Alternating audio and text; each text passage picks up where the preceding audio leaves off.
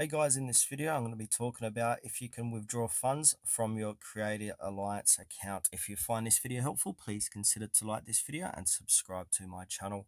In saying that, let's just jump straight into the video. Alright, so Creators Alliance is a platform that claims users can earn money by watching videos and completing tasks.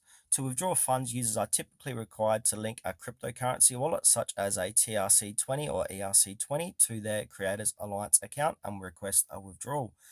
The minimum withdrawal amount and associated fees vary depending on the user's membership level. However, there are numerous reports and analysis suggesting that Creators Alliance operates as a Ponzi scheme. Users have reported difficulties in withdrawing funds, with some being prompted to upgrade their membership to unlock withdrawals, a tactic commonly associated with these schemes. Additionally, discussions on platforms like Reddit have raised concerns about the legitimacy of Creators Alliance, with users warning others about potential scams and comparing it to other known fraudulent schemes.